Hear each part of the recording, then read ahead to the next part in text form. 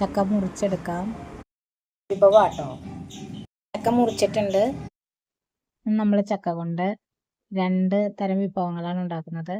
കുറച്ച് ചക്ക എടുത്ത് നമുക്ക് മുറിച്ച് ക്ലീൻ ചെയ്ത് വറുക്കാനായിട്ട് എടുക്കാം. കുറച്ച് ചക്കയും കൊണ്ട് നമുക്ക് ഉലർത്തിയെടുക്കാം. അതിനായിട്ട് ചക്ക ക്ലീൻ ചെയ്യൽ കുറച്ച് വലിയ പ്രോസസ്സാണ്. അതിനുശേഷം നമുക്ക് വറുക്കാൻ ആവശ്യമായിട്ടുള്ള ചക്ക എടുത്ത് നീളത്തിൽ കട്ടി കുറച്ച് അരിഞ്ഞെടുക്കണം. അപ്പം നമുക്ക് ആദ്യം ഈ ചക്ക ഒന്ന് വറുത്തെടുക്കാം. അതിനായിട്ട് ഗ്യാസ് കുറവായതുകൊണ്ട് നമുക്കിന്ന് വിറകടുപ്പിലാണ് ചക്ക വറുക്കാനായിട്ട് പോകുന്നത്. ചക്ക ഉലർത്താനായിട്ട് നമുക്ക് ഗ്യാസ് അടുപ്പ് ഉപയോഗിക്കാം.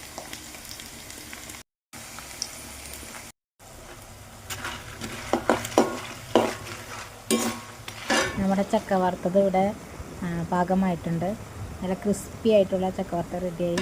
ഇനി നമുക്കിതൊന്ന് ടേസ്റ്റ് ചെയ്യാനായിട്ട് നമ്മുടെ കുഞ്ഞൂനെ ഇങ്ങോട്ട് വിളിക്കാം.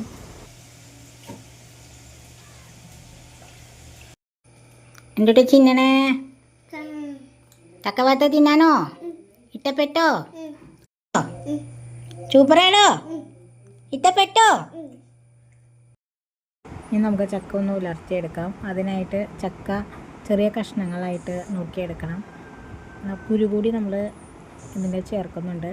അപ്പോൾ കുറച്ച് കുരുവും ചക്കയും കൂടി നമുക്ക് ആവശ്യത്തിന് ഉപ്പ് ചേർത്ത് 1/2 ഗ്ലാസ് വെള്ളം ഒഴിച്ച്, ഇത് തിളച്ചാൽ തന്നെ അപ്പം തന്നെ വേവുന്ന ചക്ക ആയതുകൊണ്ട് കുറച്ച് വെള്ളം ഒഴിച്ചൊന്ന് വേവിച്ചെടുക്കാം. അപ്പോൾ ചക്ക നന്നായിട്ട് വെന്തിട്ടുണ്ട്.